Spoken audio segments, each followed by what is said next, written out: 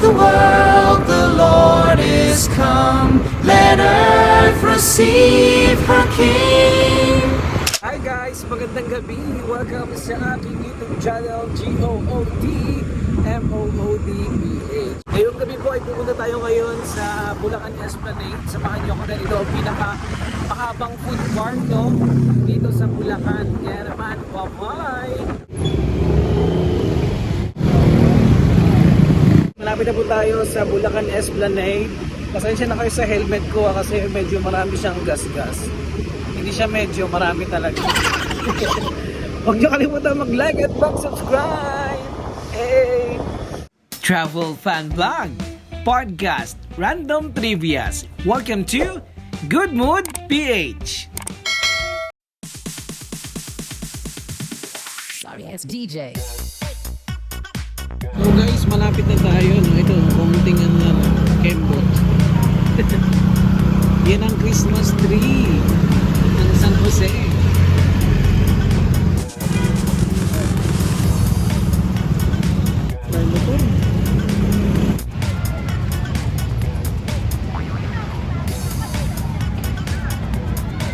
Welcome sa Good Mood PH, GOODMOODPH.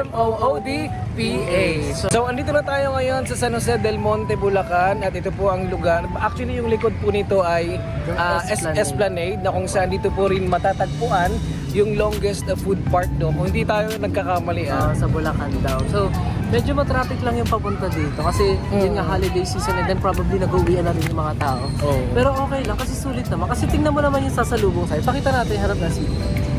Tingnan mo naman yung sasalubong sa'yo. Wow! Ayun, ang ganda. Diba? And also, ito yung Christmas tree naman nila. Nakita sa daanan. Ayun, diba? Yan, samahan nyo kami sa pagpunta namin dun sa baba kasi literal na nasa baba, bababa tayo dun, papuntang Esplanade kasi nasa gilid siya ng ilog, isa siyang valley. So samahan niyo kami na ikutin yung part na yun, and kahit na medyo maraming tao, itatry natin ang best natin and i-review din natin yung food na mabibili natin, yung mabibili lang natin, okay? Yung kumbaga pasok sa budget, yes, no, pasok lang sa pangmasang Pilipino. Yun.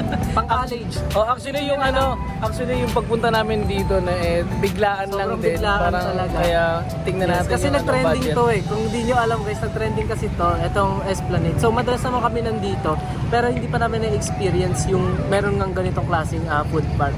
So, ang itatry natin ngayon ay yung mga budget meal na pang college. Isipin nyo na lang na college tayo ngayon. At alam nyo naman pag college ka, di ba? Medyo tight lang ang budget. Yes, so, yung mga pasok lang sa bulsa. So, samahan nyo kami, alright? Bye!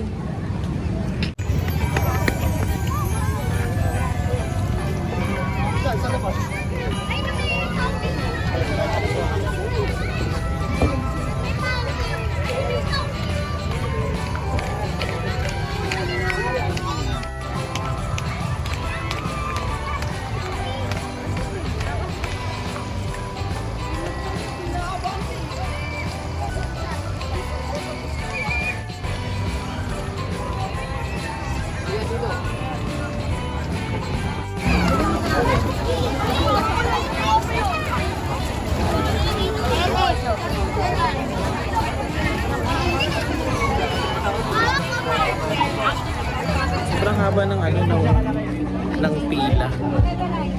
Kaya ang gagawin natin, manghihingi na lang tayo ng pagkain.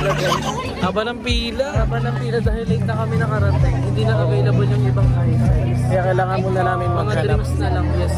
So, naghahanap ulit kami. May nakita akong yung Hungarian sausage. Yun yung gusto ko Hungarian sausage.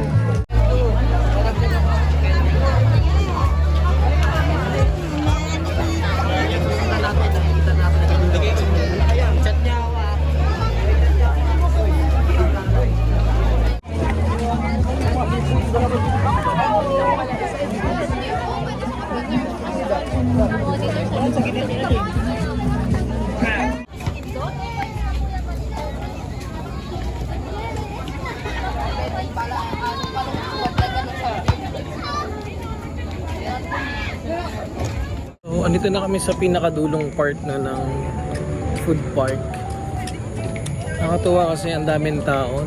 Yes, so tsaka maganda mag-ikot ngayon kasi malamig. So kung halimbawa malapit ka sa NCR and then gusto mo ng malapit na part na parang merong provincial vibe. Punta ka rito talaga sa Bulacan. Esplanade. At least mas malapit. No? Oh yeah. Try nating manghingi. Kasi biglaan yung punta namin dito, so tatry namin manghingi. Ate, may 5 piso po kayo. Biro lang. So ayan, hanggang dito na lang. At pinatay na yung mga ilaw. Ay, pinatay na yung mga ilaw. Ito na yung mga ilaw. Kasi alam ko hanggang 9 PM lang ata eh. Unti-untiin eh. So medyo Oo. like, so sobrang biglaan kasi ng pagpunta namin, late na. Parang nakarating kami dito 8:30 something na. Kaya ang haba pa ng pila ng mga food stall nila. So wala na rin chance para makabili kami. So, Kaya kailangan ginawa na namin lang ito. namin nag-ikot-ikot. Tsaka wala kaming pambili. Yes. Aside from that, Biro aside lang. from the trees. So yun. Nag-ikot-ikot na lang kami, masaya naman kasi yung Christmas vibe is parang feel na feel mo pa din. Pag nasa sa NCR kasi usually parang ang hirap na ma-feel ng mga Christmas vibe no. Sa Oo. probinsya mo na lang siya ma-feel. Gano'n. Kasi medyo busy yung mga tao doon. Busy talaga eh. Alam mo yung Pasko Busy nung bata mag-work. ka, wala na siya. Parang hindi mo na siya makita. Ma-feel, Oo. Hindi mo na siya. Pero nag-exist pa rin siya, pero sa ibang Oo, batch na need ng mo lang mga siya kabataan. hanapin na Oo. talaga. So yun lang. Busy ka na din eh. Oo, busy na tayo nun. Kaya parang minsan parang hinahanap natin na yung mga ganong momentum na parang Pasko na bukas, ilang tulog na lang. Oo. Pero ngayon ang iniisip mo may 4 days pasok na lang. bukas. 4 days na lang Pasko na. Ang iniisip na ngayon pag-isig may pasok na bukas. So nakahanap na kami ng pwesto dito sa may stadium ba ang tawag dito? Dito sa ano, ang tawag dito ay Coliseum. Araneta. So ang una na namin kakainin na yung shawarma. So ito po ay nagkakalaga ng magkano to? 100 pesos buy one take one. 100 pesos buy one take one. Tapos bumili rin kami ng tawag dito? Parang shawarma ba? Hindi. Sausage rice. So tikman natin. So guys, favorite namin ng shawarma kasi pantawid gutom to ng college. Oo. So, kung meron dyan tao na hindi favorite ang shawarma, bakit gano'n? Tagasan ka, ba't di mo favorite ang shawarma? Masarap to guys, tikman na natin. 1, 2, 3, go! Sarap. Harap? Tumutulong siya. Cheers! Hey! Guys, sobrang sarap ng shawarma guys. Kasi, ang lalaki ng hiwa ng pipino.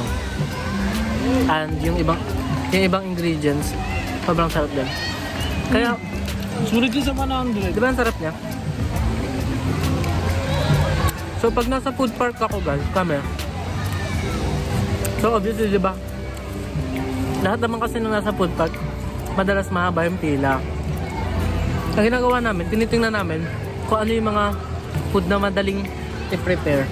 Para hindi, kung pipila ka man ng mahaba, at least mabilis mo lang siya makukuha, di ba?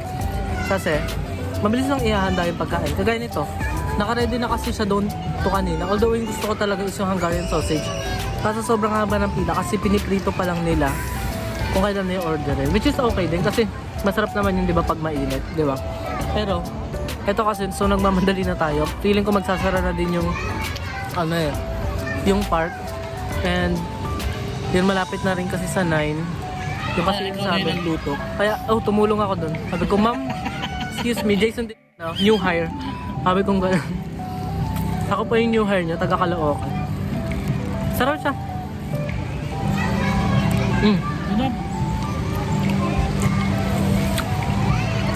Sulit siya kasi yung mga karne niya. Totoong karne talaga. Kasi buong buo. Ano nagtanggal yung mga paa?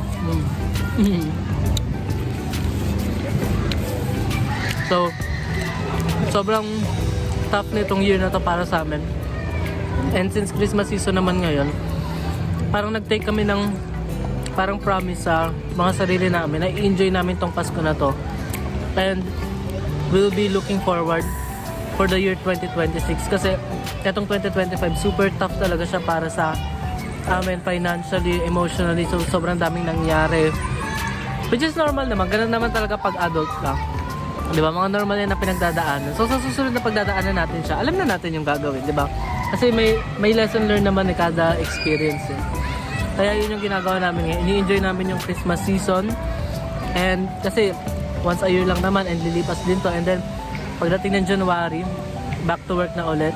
Kaya as much as possible, i-enjoy namin tong season na to. Para naman makabawi kami sa saya na hindi namin na-experience itong 2025. Oo, kaya nga diba yung sabi ni Versex, pero wag natin i-mention yun. Sabi ni Basta Versex, i-search nyo lang. diba? Breakdown saglit. Yun lang yun. Oo. Tapos ano, ang tawag dito, so, ikaw medyo ngayon, walang-wala. Dating naman yung panahon na magiging mas okay yung situation. Gaya nito, di ba, kinakain ko to ngayon. Bibiro lang. So yun lang, enjoy natin ng Kapaskuhan ngayong year ng 2025. At syempre, sana bago magtapos yung taong to, maging mas masagana, maging mas masaya yung pagsalubog natin ng 2026. Napakadami ng pinagdaanan ng mga Pinoy ngayon, no? Pagdating sa flood control, Exactly. sa iba't ibang mga Mag-yolin situation natin dito sa ating bansa. Pero syempre, alam mo naman ang mga Pinoy nga, di ba, masyadong ang tawag dito? Resilience, di ba? Which is actually a negative thing. Oo. Kasi, dapat resilient lang tayo at some point. Oo. Dapat, may nagpo-protect talaga sa atin. Hindi pwedeng matatag yung mga Filipino just because matatag sila. Kailangan, yung katatagan nila may limitasyon. Oo. Hindi dapat inaabuso. At meron consideration. Exactly. Kasi kung na-abuse na yung pagiging resilient ng isang Pinoy, hindi na siya okay. No? Kaya dapat Kaya na nating resilient. maging rin tayo, maging aware din tayo sa mga plano natin sa buhay. Siyempre yung mga iluluklok natin sa mga susunod na panahon ng mga politician. Kung nagkamali man ng pagboto, okay lang yan, di ba? Kasi pwede naman bumawi ulit, di ba? Oo, yun ang maganda. Yun ang maganda pag nasa democracy. Kasi ang hindi maganda ron, mali na nga yung binoto mo nung mga nakaraang taon. Inulit mo boboto pa rin isa. So, maling-mali na yun. Double kill. kasalanan mo na yun. Diba? Huwag mo na yung isisi sa politician. Sabi nga ni Vice Ganda, which is nakakatawa kasi yung generation ngayon, parang nagiging mas matalino na sila and mas matapang, no? Pag hindi nila gusto talagang kino-call out nila, nagre-rally sila. Which is good. Which is Kasi good, mas yeah. nagiging aware yung mga tao. And informed. Informed na yung mga tao ang mga ngayon, eh. politician na nakaupo sa gobyerno, di ba? So, ganun na yung nangyayari ngayon. Which is kaibahan compare sa generation na sinundan natin. So, that's good. So yun, before pa tayo maging political guys, tikman na natin yung isa pang binili natin na pagkain. Ito Alright? naman ay sausage. Hati lang kami kasi medyo malayo-layo pa yung biyahe namin. At Oo. baka mamaya iba yung mangyari. And kakain pa kasi kami pag uwi. Ano lang talaga to.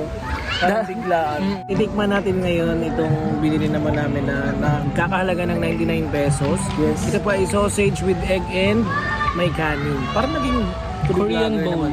Korean bowl ang tawag nila. Sobrang dilim. Ay, pasensya na kayo guys ha. Medyo madilim kasi wala tayong dalang ilaw. So may paparating na bubble sa amin ngayon guys. Sobrang saya. Alam mo yan yung uso ngayon. Ang sarap niyan. Alright. Nasang sausage. Kasi Sausage yan eh. Yung Hungarian sausage talaga yung nakakapanghinayang. Pero ano na siya? Sulit sa 99 pesos. Ayun, no? Wait lang, makain pa ako. sige. Yung Hungarian sausage talaga. Saan ba nakakabili yun? Ng Hungarian sausage? Sa mall. Alright. Titikman na natin ang Korean bowl. What's this? So meron siyang sausage and egg. Ay, Hungarian sausage na to eh. Ang dami nga yan. So guys, meron na palang Hungarian sausage dito. So hindi tayo nabigo. Titikman natin ang Hungarian sausage. Akala mo hindi Hungarian? Akala ko normal na sausage lang siya. Alright, titikman natin guys ang Korean sausage with egg and rice. aka Korean bowl.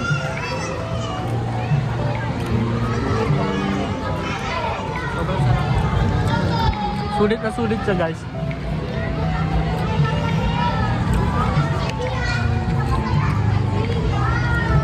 So, ang hindi lang namin ginawa ngayon ay bumili ng tubig. So sa bahay na lang naman namin yung gagawin. At saka yun nga, gaya nga sabi ko kanina, Pag sulit to sa 99 na? sulit yan. Ang daming kanin. Ang ginagawa kasi namin pag namamasyal kami, kakain na sa labas, kakain pa sa bahay. Tapos abangan niyo yung mga next travel content natin kasi medyo matagal-tagal tayo bago nakapag-upload kasi ang dami natin mga Kasi yun nga, dami challenges sa traumatizing. buhay. So, Oo, hindi pala traumatizing event, challenges. parang mas pinili na lang natin na manahimik na lang muna. Siyempre Tapos, kasi, antayin kung antayin niyo yung mga pupuntahan namin lugar kasi masaya talaga yung Oo. pupuntahan natin. So, Nako, ang ending kasi nito, mag-google na lang kami next year. mag-Google Earth na lang. Yun lang yung travel na gagawin natin. Pero, so, eto kasi yung parang vlog na tinitingnan namin for year end, and hopefully yung 2026 is maging mas masaya siya na taon para sa, hindi lang sa amin, para sa ating lahat. Kasi alam naman namin na itong taon na to, hindi lang kami yung nahirapan. Napakaraming Pilipino ang nahirapan, and nakapag-isip-isip ang taong bayan sa kung ano yung dapat nilang gawin. So, ganun talaga, di ba? So, ikaw muna, ako naman. Ganito ka guys kapag dami ng challenges. Share na kayo sa food, share pa kayo sa camera. Walang pera. Pero masaya naman, kasi hindi naman to forever. Enjoy na May lang pera natin. pa rin, wala nang budget. May Iba pera lang yung pa mga rin, pero nakalaan. pamasahe lang talaga papunta sa trabaho. Sa mga gusto magpunta rito, mas maganda magmotor, no?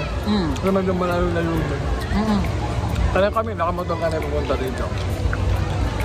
So, nakita mo naman sa helmet ko, di ba, kung gaano ka-struggle yung buhay. Puro kalmot. Puro kalmot ng puso. So, dapat ito lang binili natin. Pero masarap din yung shawarma. No Oo. regret. Yeah. So guys, magpapaalam na kami. Bye guys! Merry Christmas and a Happy New Year! Bye! Merry Christmas and a Happy New Year! Merry Christmas!